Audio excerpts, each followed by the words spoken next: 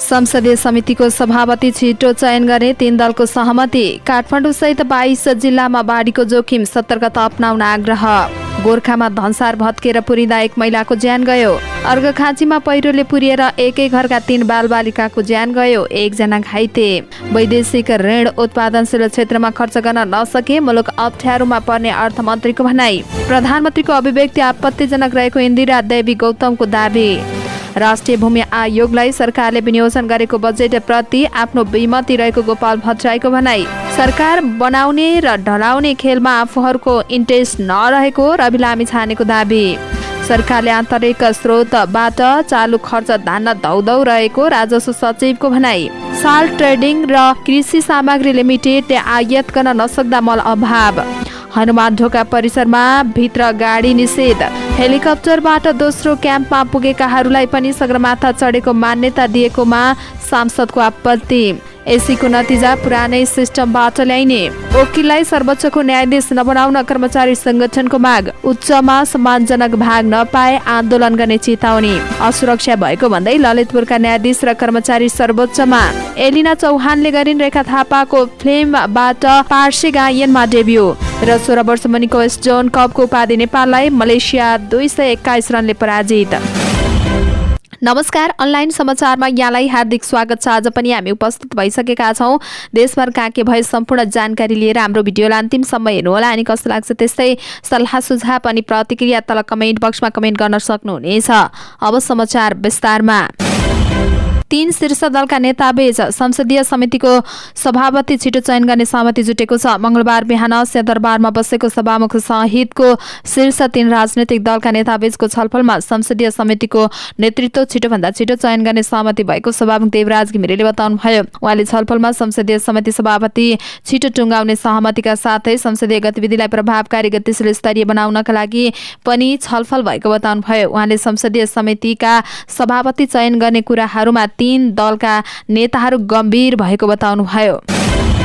नवलपरासी, बर्दाघाट, सोस्ता, पश्चिम पाल्पा, रूपन्देही लगायतका स्थानमा बाढीको उच्च जोखिम रहेकोले सतर्कता अपनाउन आग्रह गरिएको छ। बाढी पूर्वानुमान महाशाखाले सूचना निकालेर मंगलबार यी 3 जिल्लामा बाढीको उच्च जोखिम रहेको जनाएको हो। पाल्पा र रूपन्देहीको तिनाउ नदीको तटीय क्षेत्रमा उच्च सतर्कता अपनाउन भनिएको छ। यस्तै अन्य 19 जिल्लामा पनि बाढीको खतरा रहेको महाशाखाले जनाएको छ। महाशाखाका अनुसार नवलपरासी, बर्दाघाट, सोस्ता पूर्व, इलाम, झापा, मोरङ, सिन्धुपाल्चोक, काठमाडौँ, ललितपुर, भक्तपुर, मकवानपुर, चितवन, गोर्खा, लमजुङ, कास्की, तनहुँ, स्याङ्जा, गुल्मी, अर्घखाँची, कपिलवस्तु, दाङ र आसपासमा भएर वहने केही साना नदीहरूमा बाढी आउन सक्ने चेतावनी दिएको छ। बिहानबाट नै देशका धेरै ठाउँमा झरी परेको छ। यसले गर्दा पनि बाढीको जोखिम बढेको हो। गोर्खाको गण्डकी गाउँपालिका 4 ढाबेमा बनाउँदै गरेको धनसार भत्किएर पुरिँदा 1 महिलाको ज्यान गएको छ। 3 जना घाइते भएका छन्। सोमबार बिहान 9 बजेतिर जङ्गबहादुर बरामको निर्माणाधीन धनसार भत्किँदा उहाँकी श्रीमती 41 वर्षकी मीना बरामको घटनास्थलमा नै ज्यान गएको हो। धनसार बनाउँदै गरेका जङ्गबहादुरका छिमेकी 65 वर्षका रामबहादुर बराम गम्भीर घाइते हुनुभएको जिल्ला प्रहरी कार्यालयका डीएसपी रमेश कुमार श्रेष्ठले बताउनु भएको हो। कम्मर मुनिको भागमा गम्भीर चोट लागेका कारण बरामलाई उपचारका लागि काठमाडौँ लगिएको छ। यस्तै घाइते भएका जङ्गबहादुर र उहाँका छोरा 21 वर्षका सुजान बराम सामान्य घाइते भएको डीएसपी श्रेष्ठले जानकारी दिनुभयो। अर्घखाँचीको पाणिनी गाउँपालिकामा पहिरोले घर पुरिँदा एकै घरका 3 जना बालबालिकाको ज्यान गएको छ। 1 जना घाइते भएका छन्। बिहान 5 बजेतिर खसेको पहिरोले पाणिनी गाउँपालिका 1 गोवन पानीका गंगा राजकोटको घर पुरिँदा उहाँका 3 जना नाति नातिनाको ज्यान गएको हो।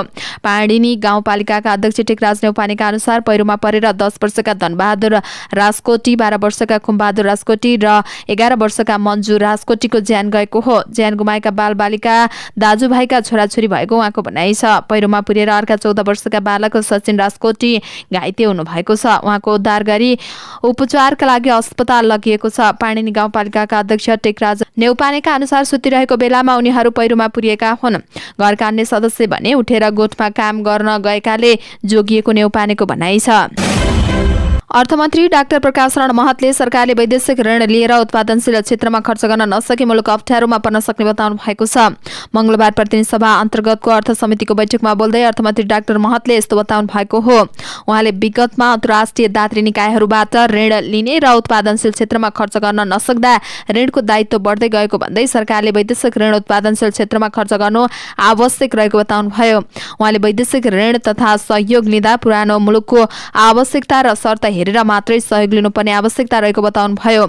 अर्थमन्त्री महतले मुलुकको आवश्यकतालाई परिभाषित गरेर के लिन जरुरी छ के छैन भन्ने विषयमा सरकारले थप गृह कार्य गर्ने आवश्यकता देखिएको उल्लेख गर्नुभयो। उहाँले विदेशी दाताहरूसँग सहयोग लिन नेपाल प्रस्तुत हुँदा सुस्पष्ट रूपमा प्रस्तुत भएर कुन शर्तमा नेपाललाई ठिक छ भन्ने कुन शर्तमा छैन भन्ने आधारहरू प्रस्तुत हुनुपर्नेमा आवश्यक रहेको बताउनुभयो। अर्थमन्त्री डाक्टर महतले विदेशी सहयोग दिन्छु भन्दैमा जस्तो सुकै शर्तमा पनि लिन नहुने बताउनुभयो। राष्ट्रिय सभा सदस्य इन्दिरा देवी गौतमले प्रधानमन्त्री पुष्पकमल दाहालले कुनै समयमा आफूलाई प्रधानमन्त्री बनाउन सरदार प्रतिम सिंह दिल्ली जानु भएको भन्ने अभिव्यक्ति आपत्तिजनक रहेको बताउनु भएको छ। मंगलबारको राष्ट्रिय सभा बैठकमा शून्य समयमा बोल्दै राष्ट्रिय सभा सदस्य गौतमले प्रधानमन्त्री दाहालको सो अभिव्यक्ति स्वतन्त्र र सार्वभौम सम्पन्न नेपालीका लागि आपत्तिजनक रहेको बताउनुभयो। उहाँले प्रधानमन्त्रीको कुर्सीमा बसेर राष्ट्रिय स्वाभिमानमा आँच पुर्याउने अभिव्यक्ति दिन कसैलाई छुट नभएको बताउनुभयो। उहाँले यो अभिव्यक्ति फिर्ता लिँदै सांसद समक्ष आएर स्पष्ट पार्न माग गर्नुभयो। राष्ट्रिय सभा सांसद गोपाल भट्टराईले सरकारले राष्ट्रिय भूमि आयोगलाई विनियोजन गरेको बजेटप्रति असहमति व्यक्त गर्नु भएको छ। आयोगले तर्जुमा गरेको योजनाहरू कार्यान्वयन हुने गरी आगामी आर्थिक वर्षको बजेटमा आवश्यक व्यवस्था नगरेको भन्दै उहाँले सरकारप्रति असन्तुष्ट व्यक्त गर्नु भएको हो। मंगलबार राष्ट्रिय सभा बैठकमा भूमि व्यवस्था, सहकारी तथा गरिबी निवारण मन्त्रालय, भौतिक पूर्वाधार तथा यातायात मन्त्रालय, संघीय मामिला तथा सामान्य प्रशासन मन्त्रालय र संस्कृति पर्यटन तथा नागरिक उड्डयन मन्त्रालयको विनियोजन शीर्षक सैद्धान्तिक छलफलमा भाग लिँदै सांसद भट्टराईले सरकारले सुकुम्बासी समस्या समाधानको विषयलाई चुनावी नाराको रूपमा उठाउने गरेको तर समस्या समाधान गर्न भने गम्भीर नभएको आरोप लगाउनुभयो। सांसद भट्टराईले सो आयोगका लागि बजेट कम भएको उल्लेख गर्दै यसले सुकुम्बासी समस्या समाधानमा व्यवधान खडा गरेको समेत स्पष्ट पार्नुभयो।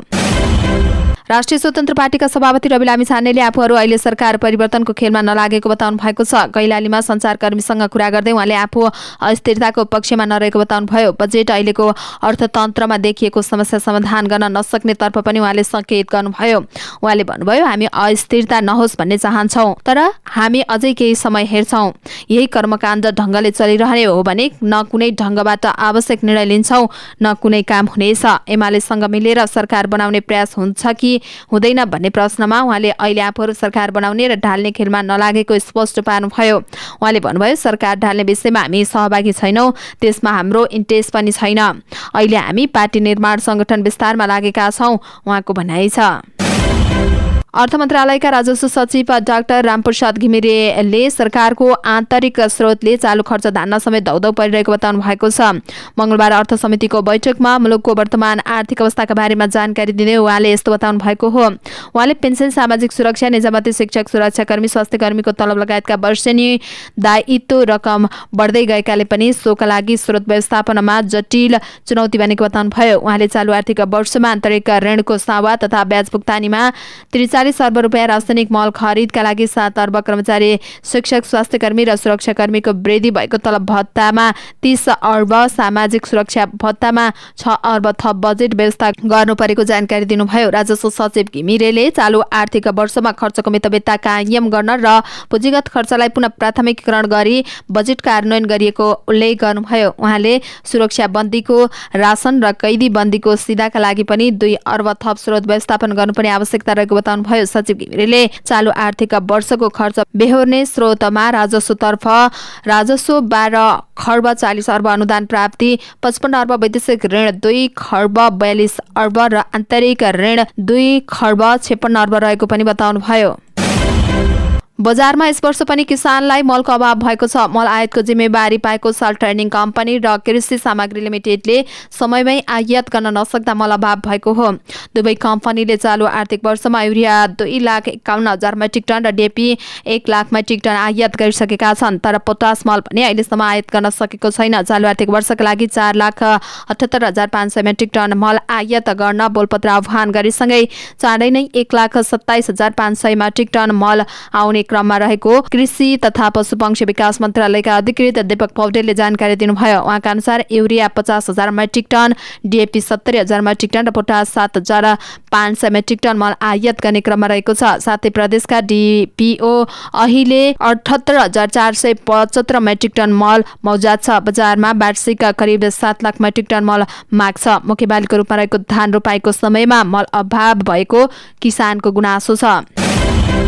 काठमाडौँ महानगरपालिकाले हनुमान ढोका परिसर भित्र गाडी निषेध गरेको छ। सम्पदाको मौलिकता जोगाउन महानगरपालिकाको यो निर्णय भएको हो।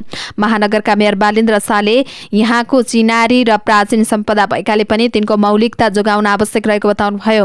विश्वलाई गौरवका साथ देखाउन सक्ने, हामीले शानसँग अँगाल्न सक्ने भनेकै यिनै सम्पदा र यिनको प्राचीन मौलिकता पनि हुन्।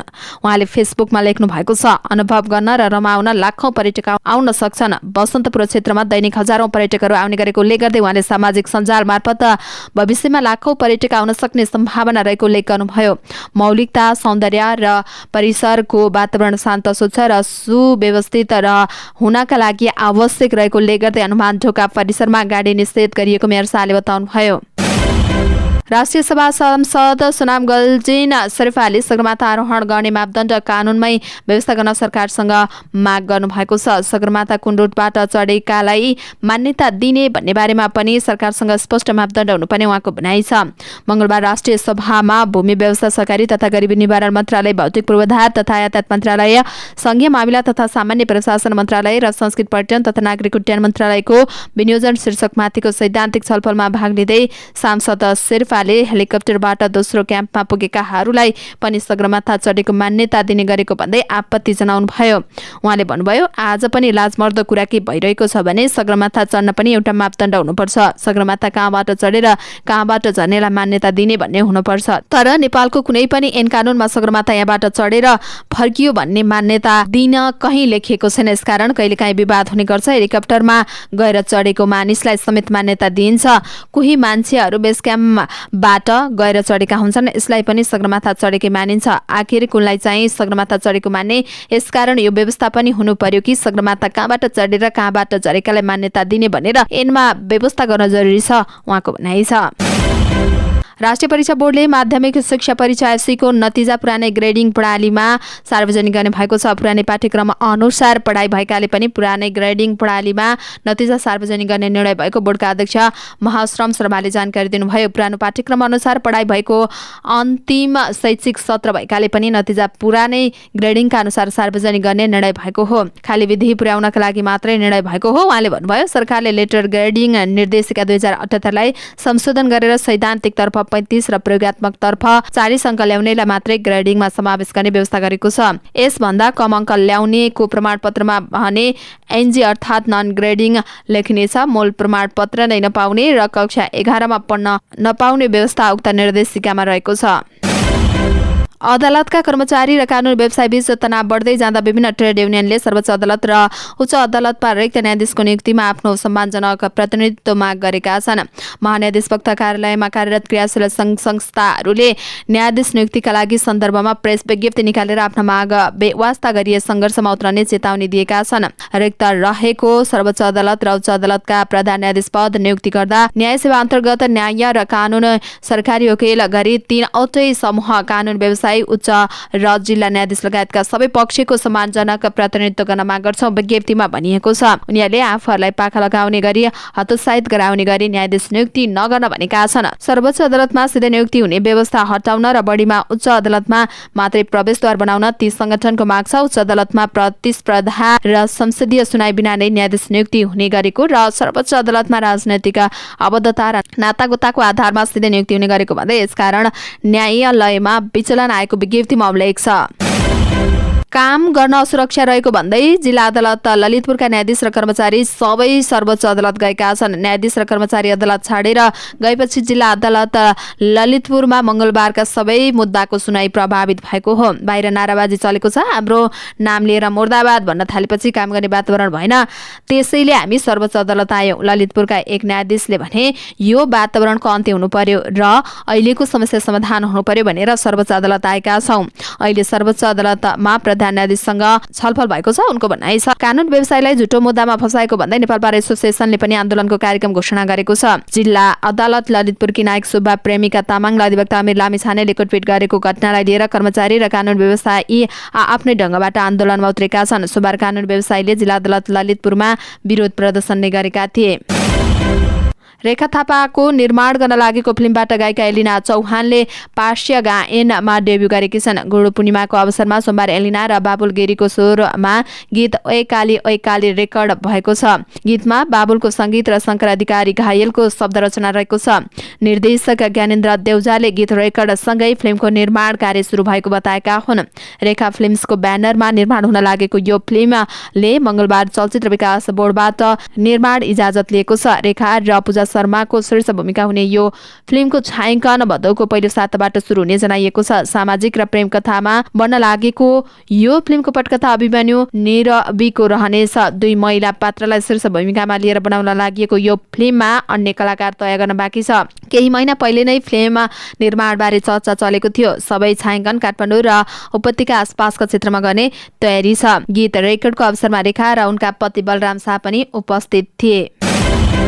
नेपालले एसएससी 16 वर्ष मुनिको एस्टोन कप क्रिकेटको उपाधि जितेको छ। फाइनलमा घरेलु टोली मलेसियालाई 221 रनले हराउँदै नेपाल च्याम्पियन बनेको हो। नेपाल तेस्रो पटक 16 वर्ष मुनिको एस्टोन कपको उपाधि जित्न सफल भएको छ। फाइनल खेलमा 253 रनको लक्ष्य पछ्याएको मलेसिया 14 ओभर 5 बल 31 रनमा आउट भएको हो। मलेसियाका मोहम्मद अक्रमले 10 रन बनाउनु बाहेक अन्य कुनै पनि खेलाडीले दोहोरो अङ्कमा रन बनाउन सकेनन्। नेपालका अभिषेक तिवारीले 5 विकेट लिए। यस्तै सन्तोष यादवले 3, सागर गैरेले 1 विकेट लिए। यस अगाडि बायोमास ओभल मैदानमा टस जितेर पहिलो ब्याटिङ गरेको नेपालले निर्धारित 35 ओभरमा 8 विकेट गुमाउँदै 252 रन बनाएको थियो। नेपालका नरेन भट्टले 89 बलमा अभिजित रहँदा 112 रन बनाएका हुन्। उनी यो प्रतियोगितामा शतक हान्ने पहिलो नेपाली खेलाडी समेत बनेका छन्। यस्तै निरज यादवले 47 रन जोडेका हुन्।